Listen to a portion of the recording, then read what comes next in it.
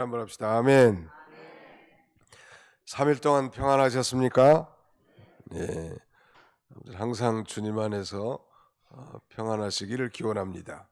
오늘부터는 이제 수요일 날 열왕기상을 잠깐 또 중단하고 신약으로 들어와서 갈라디아서 1장부터 6장까지 은혜를 받고자 합니다. 우리가 잘 아는 이 갈라디아서는 바울의 서신 중에 하나이고, 특별히 로마서와 히브리서와 함께 의인은 믿음으로 말미암아 살리라 하는 이 공통점을 가지고 있습니다. 그래서 이 갈라디아서, 로마서, 히브리서를 이 트리오라고도 그렇게 표현합니다. 유명한 이 종교학자 말틴 루터는 말하기를 나는 갈라디아서와 결혼했다라고 할 만큼 그렇게 이 로마서와 함께 갈라디아서를 사랑했고, 갈라디아서는 나의 이 신부이다.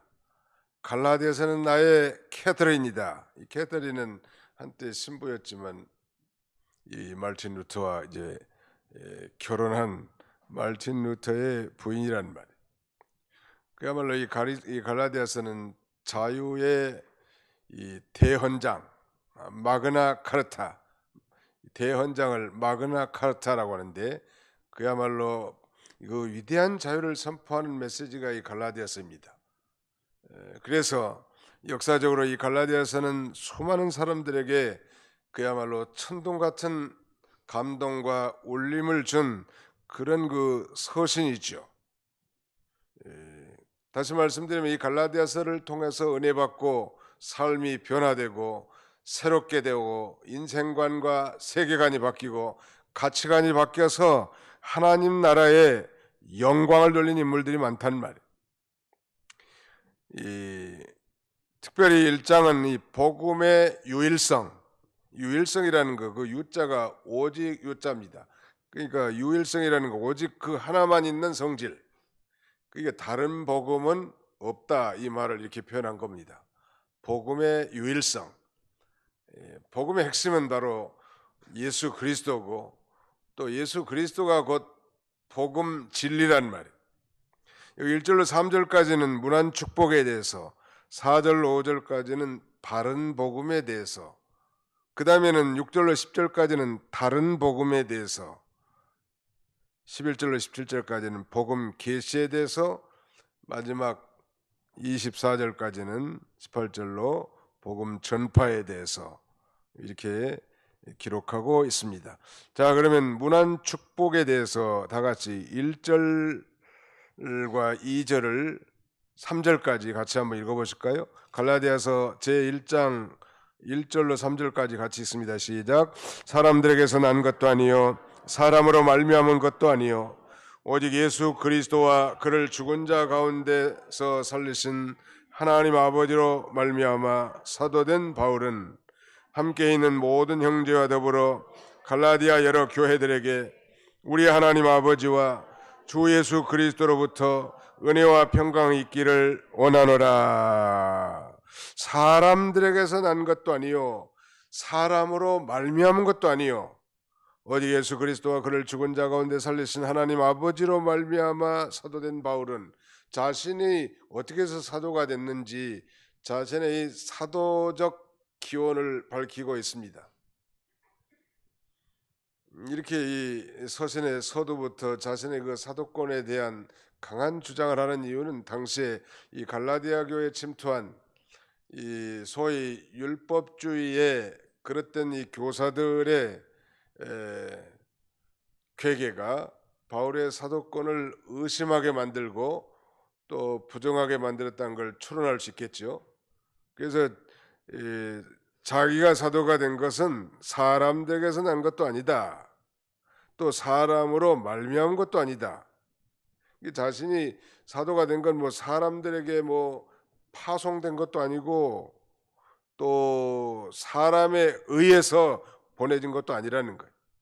그야말로 예수 그리스도와 하나님 아버지로 말미암아 자기는 사도가 되었다. 즉 자신의 사도권의 신적 기원을 주장함으로써 변호하고 있는데, 그것이 뭐가 그렇게 중요할까요?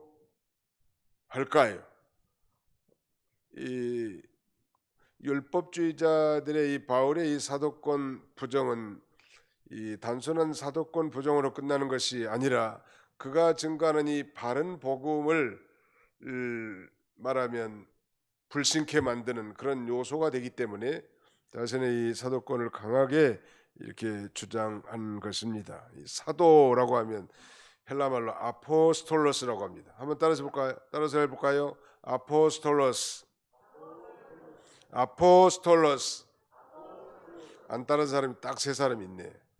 다시 다 같이 시작. 아포스톨로스.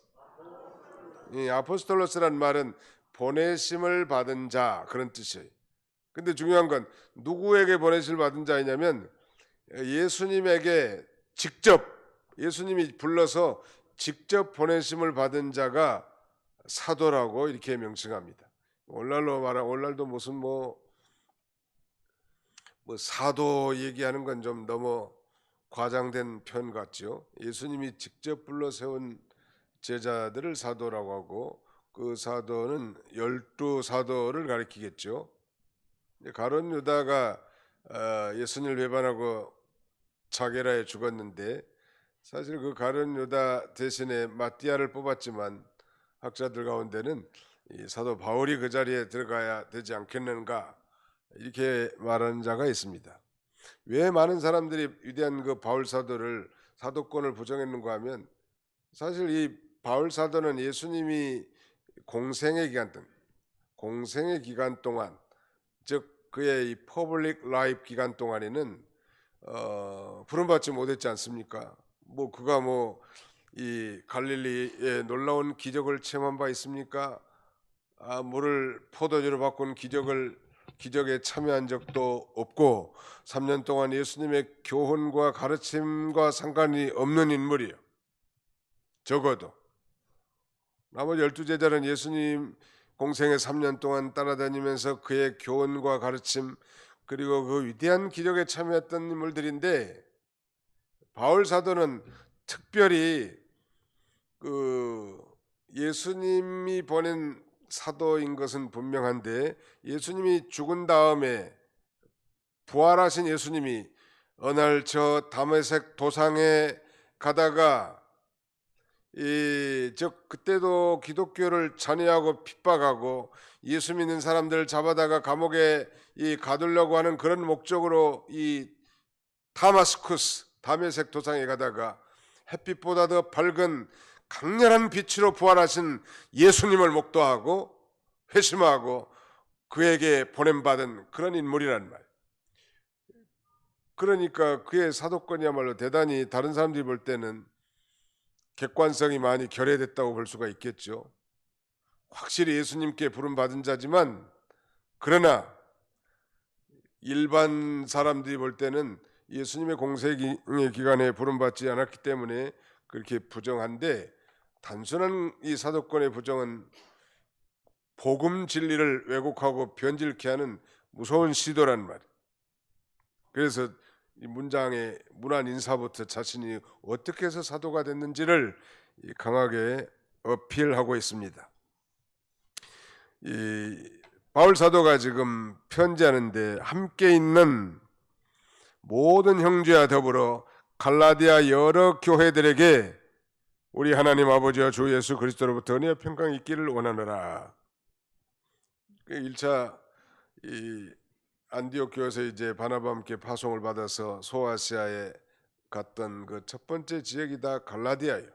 이 갈라디아 여러 지역에 복음의 씨앗을 뿌렸고 믿는 자들로 구성된 교회들이 있었단 말이에요. 이런 여러 교회들에게 지금 편지하는 거예요. 그러면서 이 문안 인사합니다. 3절 다시 한번 같이 읽어볼까요? 3절 시작. 우리 하나님 아버지와 주 예수 그리스도로부터 은혜와 평강이 있기를 원하노라. 헬라어로 은혜를 카리스라고 합니다. 그 다음에 평강은 에이레네라고 합니다. 카리스, 이건 구원의 은혜를 카리스, 구원의 은혜를 가리키고, 에이레네, 이건 구원받은 결과로 말미암은 하늘로부터는 영적인 평강, 세상이 줄 수 없는 정말 믿는 자에게 구원받은 자만이 죄의 문제가 해결되고 죽음의 문제가 해결되고 인생의 문제가 해결된 자에게 주시는 하나님의 평강, 이런 은혜와 평강이 있도록 기도해 준 거예요. 오늘 여기 예배에 참여한 우리 모든 성도님들, 또 온라인으로 함께 예배에 참여한 우리 도봉교회 모든 가족들에게도 하나님 우리 아버지와 주 예수 그리스도로부터 구원의 은혜와 하늘로부터 내리는 신령한 영적 평강이 충만하시기를 기원합니다. 에이레네가 영적 평강이라고 그랬죠. 그 구약 성경, 그러니까 성경을 라틴어로 번역한 거, 성경을 라틴어로 번역한 걸 소위 그 septuagin트 70인역이라고 하는데, 이 에이렌을 전부 그러니까 헬라어 성경을 히브리어로 번역한 거죠. 그때 다 이 에이레네를 샬롬으로 이렇게 번역했습니다. 샬롬과 에이레네는 그 의미가 같은 평화의 의미를 가리킵니다. 그리스도로 인해서 하나님과 죄인 사이에 이루어진 영적 평강, 그게 바로 이 샬롬이고 에이레네이란 말이에요. 4절 같이 읽어볼까요? 바른 복음에 대해서 이렇게 제시합니다. 4절 5절 같이 읽습니다. 시작. 그리스도께서 하나님 곧 우리 아버지의 뜻을 따라 이 악한 세대에서 우리를 건지시려고 우리 죄를 대속하기 위하여 자기 몸을 주셨으니 영광이 그에게 세세토록 있을지어다. 바른 복음이 뭔가? 그리스도께서 하나님 곧 우리 아버지의 뜻을 따라 이 악한 세대에서 우리를 건지시려고 우리 죄를 대속하기 위하여 자기 몸을 주신 것, 이게 바른 복음이란 말. 이 악한 세대에서 우리를 구원해 주시려고 우리 죄를 대속하기 위해서 예수님께서 자기 몸을 희생하셨단 말. 그래서 누구든지 그 예수 그리스도, 십자가에 달린 예수 그리스도를 자신의 구주로 믿는 자에게 이 하나님께서 의롭다고 인정해 주시고 구원의 선물을 준 것입니다. 이걸 이제 이신득의라고 하죠. 한번 따라서 볼까요? 이신득의, 믿음으로 말미암아 의롭다함을 얻는다. 따라서 합시다. 믿음으로 말미암아 의롭다함을 얻습니다. 혹은 이신득구 하면은 믿음으로 말미암아 구원을 받습니다. 그러니까 이런 의롭게 되고 구원 얻는 것은 오직 믿음이란 말. 오직 믿음. 오늘 갈라디아 교회 침투한 저 유다 예루살렘에서 내려온 이 율법 거짓 선지자들은 바로 이 믿음 플러스 알파를 주장하는 거예요. 예수만 믿는다고 구원을 얻을 수 있느냐? 예수를 믿어도 모세 율법을 다 준수하고 할례를 행해야 구원을 얻는다. 이런 잘못된 주장을 하는 거죠. 거기에 대해서 이제 바울은 날카롭게 우리가 구원 얻고 어렵게 된 것은 오직 예수 그리스도를 믿음으로 말미암아 되는 것이라는 사실을 이제 강조하고, 우리가 전에도 살펴봤습니다만 이 문제가 이제 안디옥 교회에 아주 중요한 문제가 됐고 교회가 시끄러워졌단 말. 대표를 보내서 예루살렘 공의에서 최종적으로 확정한 것은 바로 바울의 주장이 다 통과된 거죠. 아무튼 바른 복음은 우리 죄를 대속하기 위하여 예수 그리스도께서 십자가에서 자신의 몸을 희생시킨 것이란 말. 내가 그 죄 때문에 죽어야 할 이 죄인인데 내 대신 예수님께서 십자가에 달려 죽으셨기 때문에 그 예수님을 믿는 자는 죄사함 곧 구원을 받고 의롭게 되는 것입니다. 영광이 그에게 세세토록 있을지어다 그랬는데 바로 이 십자가에 죽으신 예수 그리스도에게, 우리 죄를 위하여 십자가에 죽으신 예수 그리스도에게 영광이 세세토록 있을지어다, 그 말이에요. 지금 반면에 이제 6절로 10절까지는 다른 복음에 대해서 설명하고 있습니다. 6절, 그리스도의 은혜로 너희를 부르신 이를 이같이 속히 떠나 다른 복음을 따르는 것을 내가 이상하게 여기노라. 다른 복음은 없나니 다만 어떤 사람들이 너희를 교란하여 그리스도의 복음을 변하게 하려 함이라. 오늘 이 제목이 복음의 유일성이라고 주보에 적어놨습니다. 그 유자가 오직 유자예요. 오직 유자. 그러니까 이 복음이라는 것은 오직 그 하나만 있는 거지 무슨 다른 복음이 있겠는가 한번 상상해 보십시오. 다른 복음은 없나니 다만 어떤 사람들이 너희를 교란하여 그리스도의 복음을 변하게 하려 함이라. 이 다른 복음은 없다. 여기 6절의 이 다른 복음은 말하자면 왜곡된 복음을 가리킵니다. 왜곡된 복음. 그리고 이 7절의 다른 복음의 이 다른은 헤테론이란 뜻인데 이것은 말하자면 여러 개 중에 하나, 두 가지 중에 하나, 헤테론을 가리키는 거예요.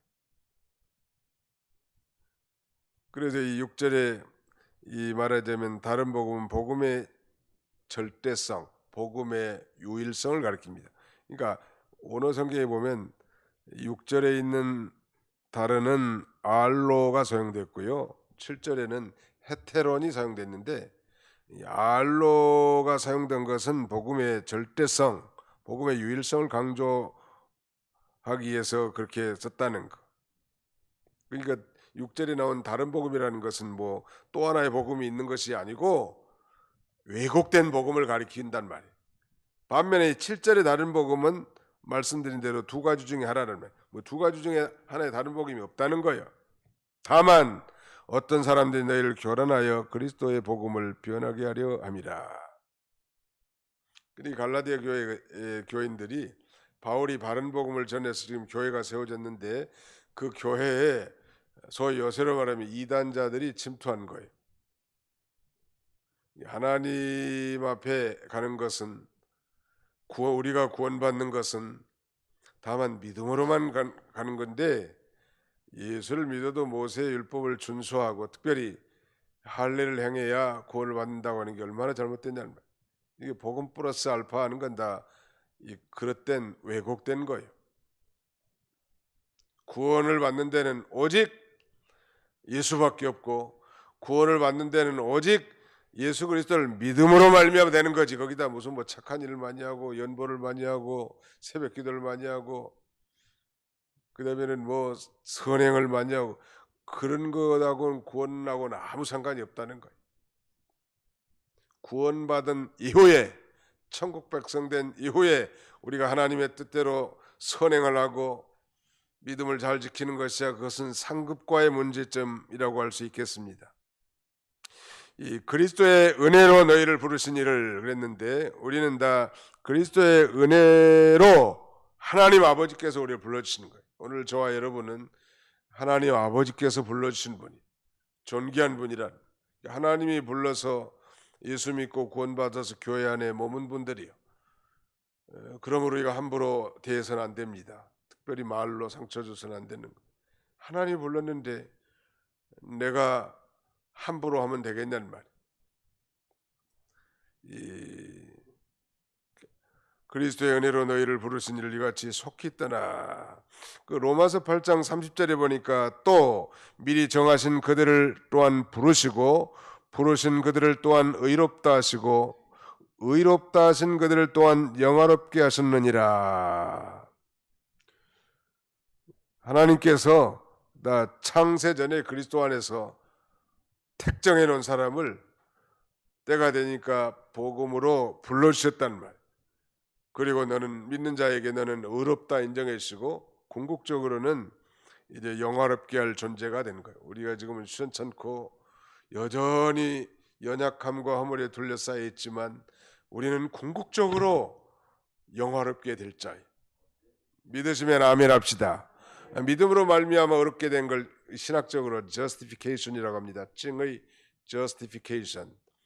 칭의된 자가 이제 날마다 예수 그리스도의 성품, 거룩한 성품을 닮아가는 것을 성화, sanctification이라고 합니다. 성화된 자가 이제 장차 저 영원한 하늘나라에 들어감으로 말미암아 궁극적으로 영화롭게 된 걸 글로리피케이션이라고 합니다. 칭의, 성화, 영원 하나의 단계. 그러니까 우리가 지금은 칭의 받은 자로서 저 영화롭게 되기 전 우리가 천국 가는 그날까지는 성화의 과정이에요. 소위 건설 구원이라고도 표현합니다만, 그래서 누구나 다 완전한 사람이 있다 없다? 아무도 없고 다 진행 중에 건설 중. We are under construction. 우리는 지금 건설 중에 있는 거예요. 잘 건설해서 하나님 앞에 가면 얼마나 영광스럽겠냐면, 그러나 완벽하다고 말할 사람은 아무도 없어요. 건설 중이고. 그러나 우리는 이제 더 이상 우리의 육신을 지배하는 이 죄성이 다 빠져나가는 죽음을 통하여 우리가 영화롭게 되는 것입니다.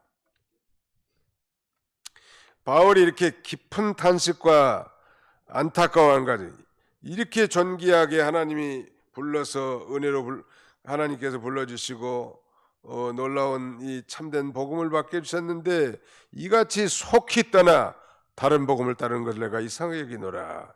이 거짓 복음을 쫓는 것도 이상한데 상상외로 아주 속히 빠르게 복음을 떠나는 모습을 봤을 때 이 전도자의 마음이 얼마나 안타깝겠는가. 교회인들 가운데 그 이단에 빠진 사람들 종종 있잖아요. 그 뭐 아무리 권면해도 안 들어. 정말 거기 이단에서 빠져나오는 것도 하나님의 은혜 같습니다. 왜냐하면 틀린 것이 옳다고 믿고 있고 옳은 것은 틀리다고 생각하고 있는 이 사상을 누가 고칠 수 있겠냐는 말. 하나님만이야. 그래 우리가 이단에 빠진 사람들을 정죄하지 말고 그냥 사랑으로 대해주고 기도해주고 오래 참고 나가는 거. 뭐 좋은 권면은 해줄 수 있겠죠. 만나면 듣지는 않지만, 그러나 택한 백성이면 하나님이 언제나 건져줄 줄 알고 오래 참고 사랑을 실천하고 기도해주고, 그리고 모든 이단자들도 우리가 경계는 해야 되겠지만 그러나 그들을 정죄는 해서는 안 된다는 거잖아. 정죄할 분은 하나님인 줄 알고 잘 경계하면서 거기 따라가지 말고, 그들도 우리의 전도의 대상자고 인도의 대상자인 줄 알아야 합니다. 그리스도의 은혜로 너희를 부르신 이를 이같이 속히 떠나 다른 복음을 따르는 걸 내가 이상하게 여기노라. 얼마나 안타깝는, 우리를 불러주시는 거예요.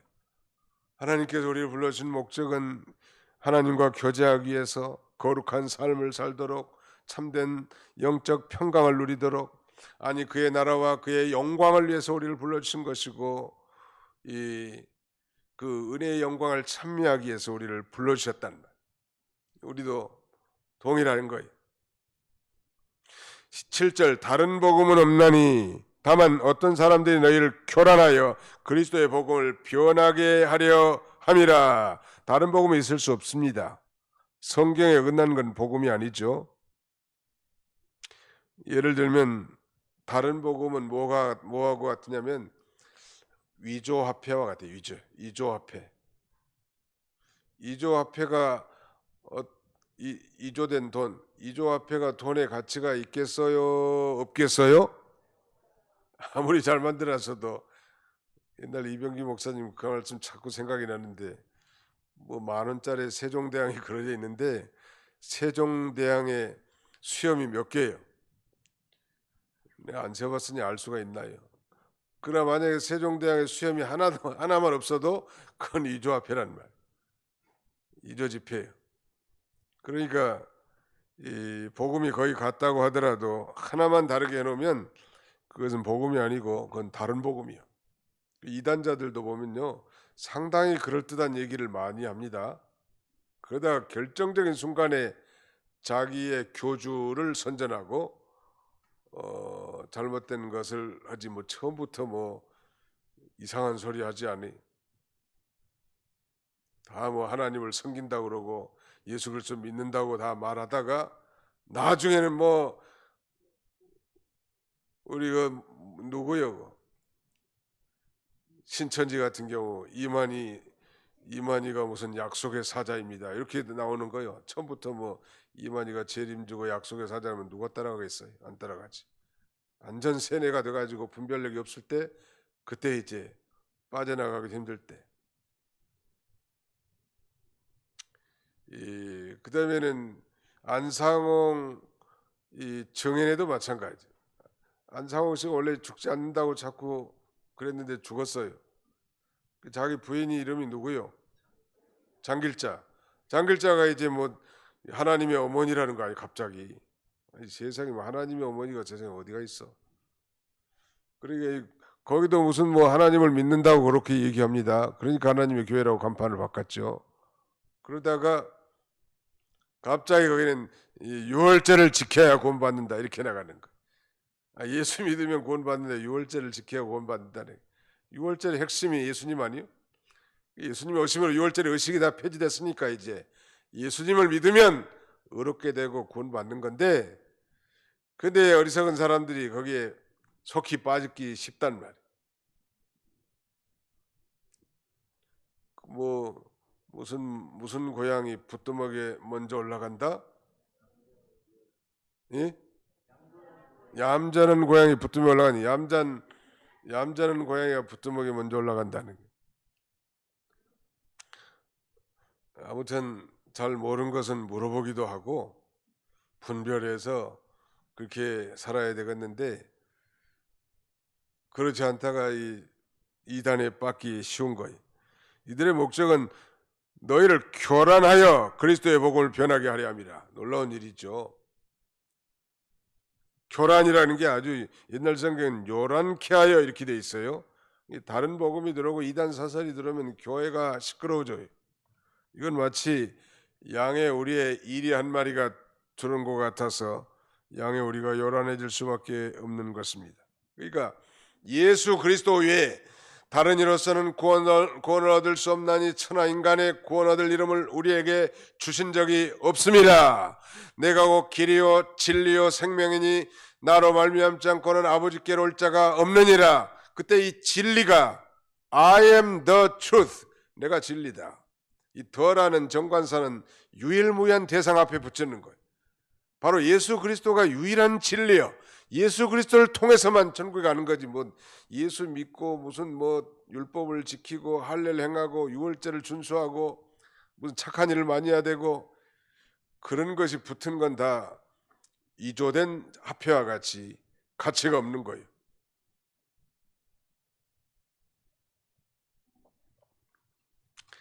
그 다음에는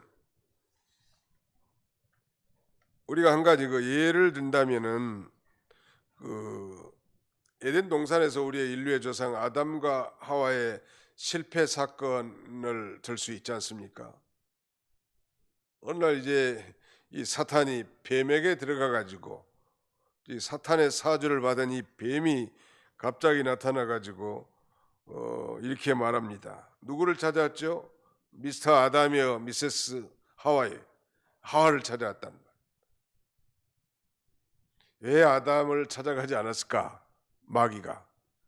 아담은 아마 약속의 직접적 대상이기 때문에 충분히 뱀에게 사주받은, 마귀에게 사주받은 이 뱀의 유혹을 물리칠 수 있었단 말이에요. 근데 하와는 그렇지 못했기 때문에 하와를 찾아와 가지고 뭐라고 하냐면, 하나님이 참으로 너희들어 동산 모든 나무의 실과를 먹지 말라더냐. 야, 참 교묘하죠. 동산의 각종 실과는 다 먹을 수 있다고 했고 동산 중앙에 있는 선악과를 따먹지 말라고 했지. 그러니까 그럴듯하게 가지고 확 바꿔버리는 거예요. 그때 하와가 대답합니다. 동산 나무의 실과를 우리가 먹을 수 있으나 동산 중앙에 있는 나무의 실과는 하나님의 말씀에 너희는 먹지도 말고 만지지도 말라, 너희가 죽을까 하노라, 이렇게 얘기합니다. 얼마나 성경에 왜곡됐잖아요. 하와도 지금. 나는 우리 교육자들이 그런 얘기하는, 성경을 인용해서 기도하든지 설교할 때는 정확하게 하라고. 두루뭉실 뭐 반쯤 외워가지고 한다든지 확신이 없지 않은 건 그 사람 죽이는 거예요. 정확하게 아니 어디 하나님께서 죽을까 하노라 했냐는 말. 또 하나님 말씀한 건 만지지도 말라는 말은 없어요. 그러니까 이건 성경을 가감하지 말라고 하는 요한계시록 22장에 나타난 말씀을 정면 위배하는 거예요. 이 말하자면 또 하나님께서는 분명히 내가 먹는 날에는 내가 정령 죽을지니라 그랬다는 말. 정령 죽으리라. 정령이라는 쉬운 말의 표현은 반드시 그런 말이. You shall surely die. 너는 반드시 죽을지니라 이 말이. 그게 하나님의 명령. 선악과 따먹으면 너는 반드시 죽는다. 이게 복음이에요. 근데 이 복음을 흐려놨습니다. 죽을까 하노라. 또 이 만지지도 말라. 이래 막 없는 말을 붙이고 그 다음에는 변경시켜놨단 말. 그러니까 마귀가 뭐라고 하냐면 결코 죽지 아니하리라. 만약에 내가 이 선악과를 따먹으면 내 눈이 밝아져서 하나님과 같이 될 거라고 이렇게 호도하지요. 결국 하와가 선악과를 따먹었고 저주를 받아 에덴 동산에서 쫓겨나게 됩니다. 예수 믿는 사람들은 흔들리면 안 돼. 확실한 진리에 하나님의 말씀을 절대적 진리로 믿고 나가라는 말이에요. 말씀에도 뭐 말씀으로 될 건가 안 될 건가, 이 말씀대로 이루어질 건가 안 될 건가, 그렇게 하나님 시험하지 마시고 모든 성경은 하나님의 감동으로 된 것으로 교훈과 책망과 바르게 함과 의로 교육하기에 유익하다고 했습니다. 성령으로 기록된 하나님의 말씀을 절대적 진리로 믿을 때 사탄이가 꿈쩍 못한다는, 집도 못해. 내가 따먹는 날에는 내가 정령 죽을지니라. You shall surely die. 이걸 의지적으로 표현하면 I will kill you surely. 내가 너를 반드시 죽이겠다 이 말 아니에요. 하나님이 너 선악과 따먹으면 반드시 죽이겠다. 아니나 다를까 선악과를 따먹는 순간 그 영혼이 하나님과 완전히 단절된 영적 죽음이 들어왔고, 아담이 930년 향수한 이후에 이 육체와 영혼이 분리되는 육체적 죽음이 들어온 거예요. 사망이 왕노릇하게 된 것입니다. 하나님 말씀대로 그대로 된 거 아니에요? 하나님 말씀을 그래서 정확하게 배우고 정확하게 인용하고 정확하게 살 때 그 말씀이 내 힘이 되고 능력이 되는 거예요. 적당한 감정을 부추겨주고 뭐 흔들어 놓는 것이 은혜 받은 게 아니고, 하나님의 말씀을 깨닫고 회개하고 또 하나님 말씀을 견고하게 붙들을 때 그것이 진정한 은혜가 되는 것입니다. 다른 복음은 이처럼 무서운 결과를 가져오는 거예요. 믿음으로 말미암아 구원을 얻고 의롭게 된다는 말. 그럼에도 불구하고 우리가 육신이 연약하기 때문에 죄도 짓고 뭐 허물도 많고 하나님께 대한 의무도 소리하고 사람도 진정으로 살아가지 못하는 것이 우리의 현 주소인데, 그래도 우리는 믿음으로 구원받았다 안 받았다? 믿음으로 구원받았고 우리 안에는 성령님이 계시다 안 계시다? 성령님이 계시다는 말. 회개하고 다시 우리 중생한 영이 성령의 인도를 따라 믿음으로 또 순종해 나가는 거예요. 회개하면서. 언제까지? 천국 갈 때까지. 그런 길이 우리에게 열려 있습니다. 믿기 전에는 그런 길이 없었어요. 하는 행위마다 다 하나님 앞에 다 거슬린 죄들이었죠. 8절, 그러나 우리나 혹은 하늘로부터 온 천사라도 우리가 너희에게 전한 복음에 다른 복음을 전하면 저주를 받을지어다.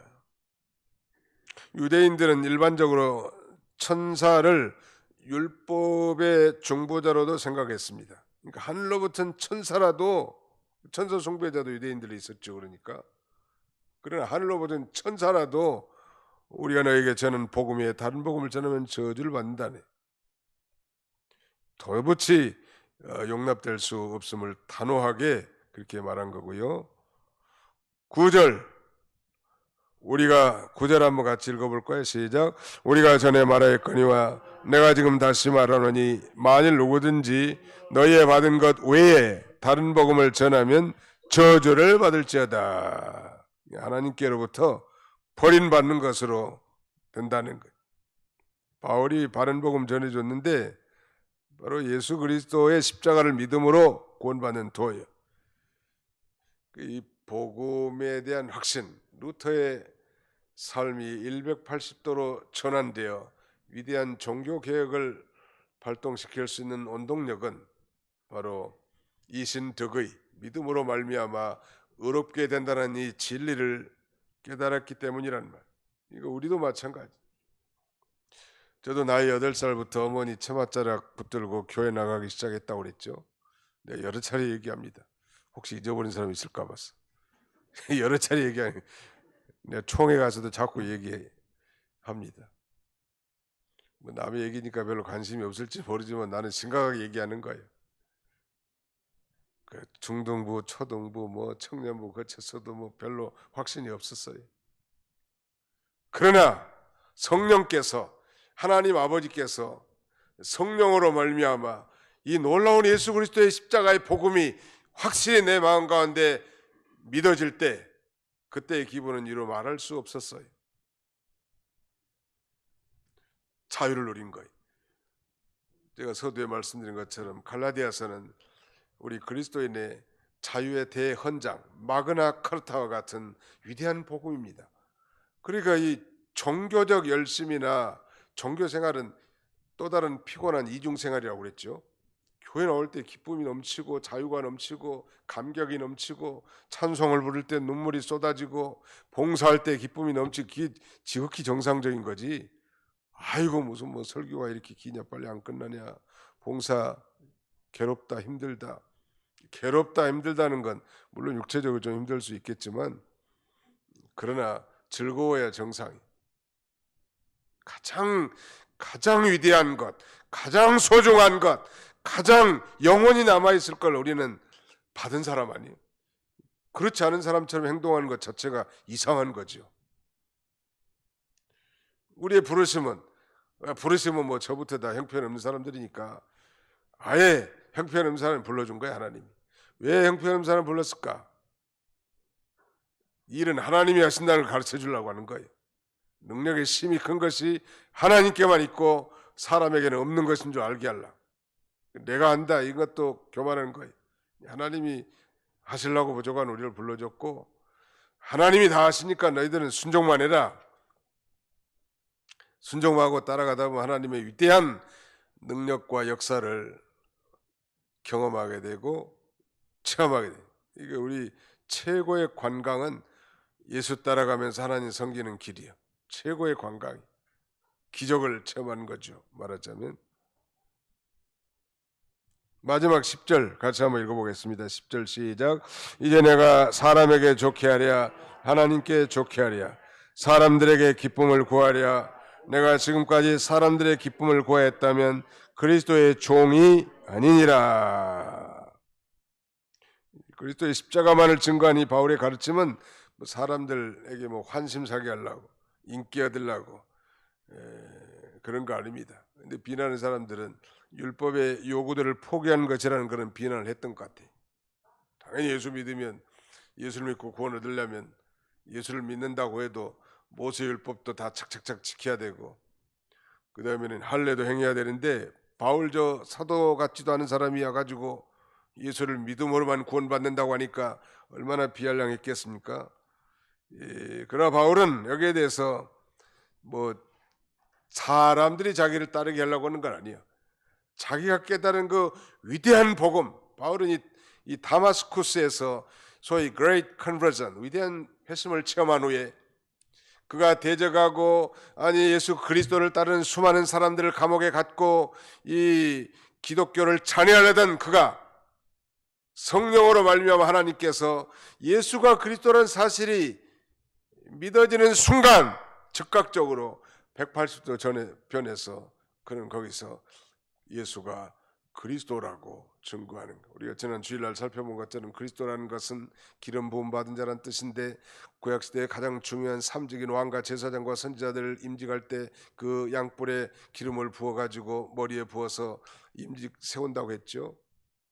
뭐 그건 우리가 지식적으로 어느 정도 아는 사실이지만 그 중요한 의미는 바로 예수 그리스도는 우리를 다스리시는 왕이시고 죄 많은 인생들로 하여금 이 그 죄의 문제가 해결되고 거룩하신 하나님 앞에 나가게 하는 제사장일 뿐만 아니라 우리에게 하나님의 뜻을 계시해주고 알려주는 참 선지자라는 말이, 그분이 곧 나의 구주, 나의 주님이란 말이, 그분을 우리가 영접하게 됐단 말이. 그래서 그것에 감격해서 우리가 헌신도 하고 연보도 하고 봉사도 하고 희생도 하고 이웃도 사랑하고 누가 모르지 않아도, 뭐 지난주 우리가 그 어려움 당한 목사님 사모님 그 구제 연보 하자고 했을 때 뭐 누가 뭐 강요했습니까? 강고만 했지. 다 뭐 믿음으로 다 참여 많이들 하셨더라. 교단적으로 우리가 공문 보내서 다 이렇게 했는데 많이들 힘썼더라고. 다 자기 일처럼 생각하면서. 왜? 내가 받은 복음이 너무나 크고 하나님의 그 그리스도의 은혜로 하나님께서 특별히 우리를 불러주셔서 하나님의 자녀로 삼아주시고 이 복된 길을 걸어간 게 너무나 감사해서 어려움을 당한 주의 종의 가정을 내가 좀 도와야 되겠다. 그런 마음을 누가 줬겠어요? 성령님께서 그런 마음을 주셔서 다 그렇게 하는 거지. 교회가 뭐 억지로 뭘 하라고 한다고 해서 하고 그런 건 아니잖아요. 뭐 지침은 내려줄 수 있겠지만은 뭐 억지로 무슨 뭐 사람 인기 끌게 하려고 무슨 바울이 그렇게 복음 전한 게 아니란 말이에요. 정말 그 받은 그 위대한 복음, 전에 깨닫지 못하고 교회를 찬양하려고 했던 그런 포행자고 핍박자였던 그의 인생이 예수 그리스도를 인격적 체험적으로 만나서 그 은혜가 너무너무 감격하기 때문에 결혼도 안 하고 일생 헌신하면서 이 복음을 증거한 것뿐이지, 그를 비난하고 정죄하는 그런 율법 교사들과 같은 그런 의도가 추호도 아닌 거죠. 교회 안의 모든 참된 종들은 다 그런 정신이라고 봅니다. 나약성은 있다 할지라도. 오늘 동일하게 우리도 이렇게 놀라운 하나님의 은혜로 부르심을 받아 위대한 복음을 받고 천국 백성 됐고 소망 있는 자가 됐으니까 어떤 경우든 낙심하지 말고 하나님 의지하고 하나님의 영광을 위해 사는 그런 저와 여러분들이 다 되시기를 축원합니다.